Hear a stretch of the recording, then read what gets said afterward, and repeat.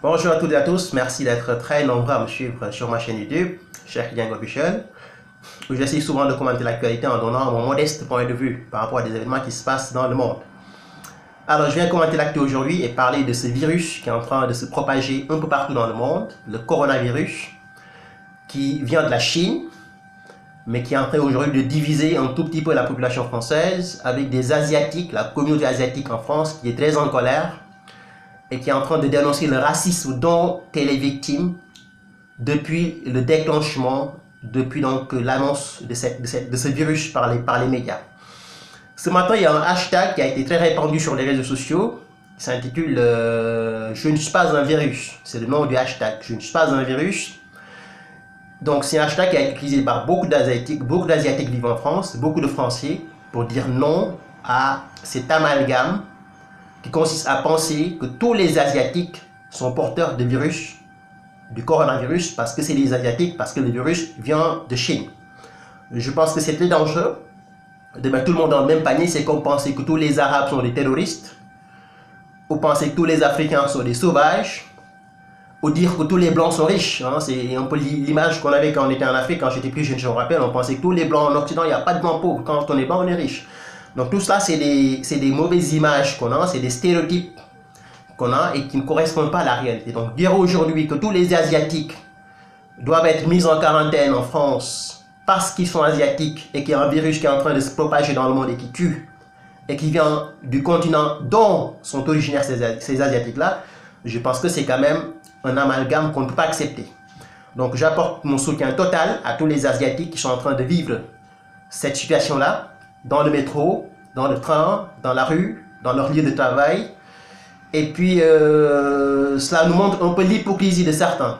Ça fait quand même un bon moment qu'on nous dit que les Asiatiques sont très bien intégrés en France. C'est une communauté qu'on aime bien, on les aime bien, ils sont très bien intégrés, etc. Ce qui est vrai, parce que moi je suis enseignant, prof d'anglais et d'espagnol. Et j'ai quand même dans mes classes beaucoup d'Asiatiques qui portent des noms français, qui sont hyper bien intégrés dans ce pays, etc. C'est une réalité. Mais derrière cette idée d'intégration, il y a aussi un racisme latent dont on ne parle pas. C'est que dès qu'il y a un virus qui vient de l'Asie et qui tue des gens un peu partout dans le monde, immédiatement tous les Asiatiques sont pris pour cible d'insultes racistes, etc. Rentrez chez vous, vous êtes là pour nous tuer, vous êtes porteur du virus, coronavirus, etc. etc.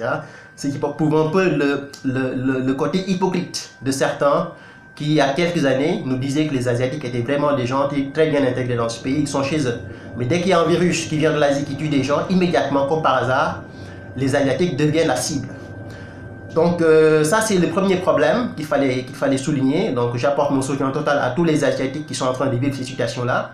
Parce que faire une corrélation, faire un lien, j'allais dire, entre le virus, coronavirus, et les Asiatiques, je pense que c'est vraiment être assez stupide. Il y a une réalité qu'on ne peut pas nier, c'est que le virus part de la Chine, vient de la Chine. Il est en train de faire des milliers de morts. Il y a quand même pas mal d'individus, des centaines, on va dire, de morts. On a vu quelques cas en France. Je pense qu'il y a un cas en Allemagne et dans d'autres pays. Mais en aucun cas, on ne saurait faire un lien entre le virus et les Asiatiques qui vivent en dehors de la Chine. Okay? On ne peut pas dire que telle personne est asiatique, donc il est susceptible de porter des virus parce qu'il est asiatique, parce que le virus vient de la Chine. C'est assez stupide comme réaction, assez stupide comme raisonnement, j'allais dire. Le deuxième problème, c'est quoi? Le deuxième problème, c'est qu'on est en face d'une situation très très critique. Il y a une personne qui m'envoie un mail, enfin un mail non, un commentaire sur YouTube pour me dire de parler de cette affaire du coronavirus. Alors, c'est très intéressant et je remercie cette personne de m'avoir envoyé ce message. Je lui passe un bonjour. C'est très intéressant de voir ces virus-là qui se propagent tout d'un coup et qui tuent des milliers de morts et qui, en quelques semaines ou en quelques mois, disparaissent. Donc si vous regardez le cas d'Ebola, ça a été un peu comme ça. Il y a un moment où tout le monde parlait d'Ebola. Il y a eu des milliers de morts en Afrique. Il y avait des gouvernements qui étaient en train de trembler au Libéria, en RDC, République démocratique du Congo. Il y a eu des milliers de morts en un laps de temps très court. Tous les médias en avaient parlé. Tout d'un coup, l'industrie pharmaceutique trouve une solution, un médicament pour vacciner, pour mettre fin à ces virus. On a également la même chose en Chine. Aujourd'hui, on parle du virus coronavirus. Il y a quelques années, c'était la grippe aviaire qui avait fait beaucoup de morts en Chine. Et vous allez voir, dans quelques semaines, on n'en parle plus parce qu'il y a un médicament qui a été trouvé pour faire disparaître ce virus. Alors, c'est assez étrange parce que c'est un sujet très sensible dont j'aime pas trop parler parce que quand on en parle, on est un peu conspirationniste, complotiste. Mais je pense que le choix d'introduire ces virus-là en Chine ou dans une partie de l'Afrique n'est pas anodin. Pourquoi? On est dans un monde où on dit qu'on est 7 milliards d'individus, on est 7 milliards de personnes, donc on est assez nombreux pour certains, les mondialistes, qui veulent contrôler le monde. Et pour contrôler le monde, il faut avoir une population réduite. Et je pense qu'on est dans cette logique-là de réduire drastiquement la population du monde pour pouvoir nous contrôler. Puisque la Chine, c'est 1 milliard d'individus, l'Afrique également, c'est 1 milliard et quelques d'individus, qu'est-ce qu'il faut faire? Il faut introduire des virus dans ces parties-là, dans ces parties du monde, tuer le maximum de personnes, et puis rapidement trouver une solution pour calmer les gens. Et au bout de 25 ans, ou de 30 ans, il y a un autre virus qui va venir, qui va décimer une partie de la population. On trouve rapidement une solution, un médicament, un vaccin. On calme les gens. Chaque 30 ans, on fait cela. Au bout de 100 ans, je pense qu'on aura décimé une bonne partie de la population. Je me rappelle, il y a une conférence qui s'est tenue en Allemagne en 2017. Les médias n'en avaient pas parlé. C'était à Berlin. Il y avait Bill Gates, hein, le philanthrope Bill Gates qui va en Afrique pour trouver des vaccins pour sauver les Africains, etc. Je n'arrive pas toujours à comprendre le rôle de Bill Gates et ses déplacements en Afrique. Je ne pense pas qu'il le fait ou qu'il le fasse uniquement pour sauver les Africains. Je ne pense pas, j'ai encore des doutes. Mais Bill Gates en 2017 avait participé à cette rencontre, à cette conférence qui s'était tenue à Berlin en Allemagne. Il avait dit, d'ici 15 ans, il va apparaître un virus qui va tuer des millions d'individus dans le monde. C'est ce qu'il avait dit dans son discours. D'ici 15 ans, il y aura un virus qui va apparaître et des millions d'individus vont être tués en un laps de temps très court. Il avait dit en 2017. Il avait parlé à l'époque du bioterrorisme. C'est-à-dire aujourd'hui on parle de terrorisme islamiste avec des musulmans, Daesh, État islamique, etc. Al-Qaïda, etc. Lui, il avait parlé de bioterrorisme. Donc l'objectif, à mon avis, c'est quoi? Dans quelques années, on aura des virus qui vont être créés par l'industrie pharmaceutique avec deux objectifs. Le premier objectif, c'est quoi? C'est de réduire drastiquement la population du monde pour pouvoir nous contrôler. Ceux qui ont lu George Orwell, 1984, savent qu'on est déjà dans un monde où on est tous sous contrôle, hein, on est tous sous surveillance. Il y a des caméras partout.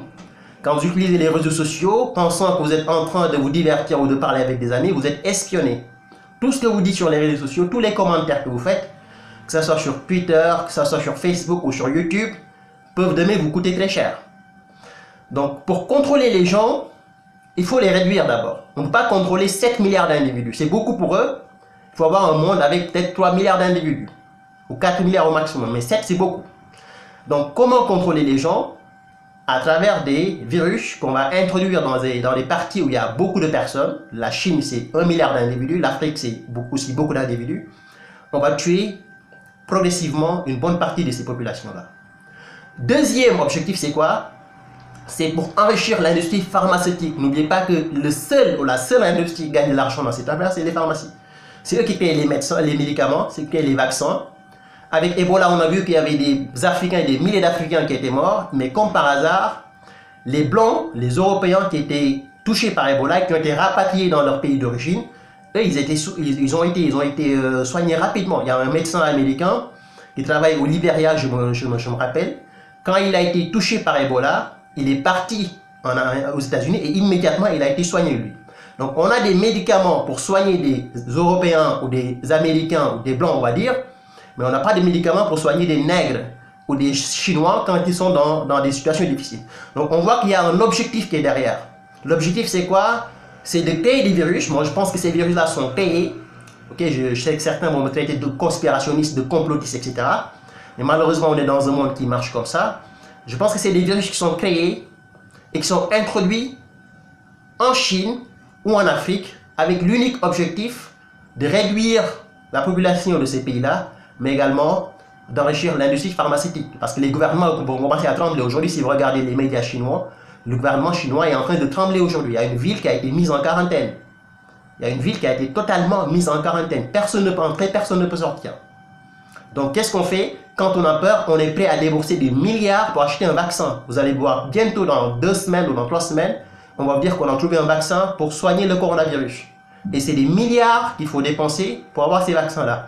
Donc, c'est une stratégie de très mauvaise foi, très sale, j'allais dire, mise en place par l'industrie pharmaceutique depuis quelques années avec Ebola, avec le sida, avec les virus, les grippes aviaires ou coronavirus. L'unique objectif, l'objectif que ces gens-là ont, c'est de réduire la population du monde, mais également de se faire du fric. Ils sont en train de se faire énormément de pognon en faisant peur aux gens. Et vous avez tous les médias qui font le sale boulot en relayant cela pour faire peur aux gens. On est en train aujourd'hui de faire peur à tout le monde. Et malheureusement, c'est cela qu'ils sont en train de mettre en place. Donc l'objectif, c'est cela. Donc créer des virus, tuer des gens et ensuite rapidement trouver un vaccin pour pouvoir se faire beaucoup d'argent. Et malheureusement, nous sommes dans cette situation-là. C'est Bill Gates qui l'avait dit en 2017, hein, c'est pas moi qui le dis, c'est Bill Gates qui l'avait dit en 2017, que dans 15 ans, donc ça sera vers 2030 et quelques, il y aura un virus qui va apparaître et ce virus-là va tuer des millions d'individus en un laps de temps très court. Et à l'époque, il avait parlé de bioterrorisme. Okay? On a un terrorisme religieux, islamique, etc. Bientôt, ça sera un bioterrorisme. On va créer des vaccins pour décimer, pour tuer des personnes.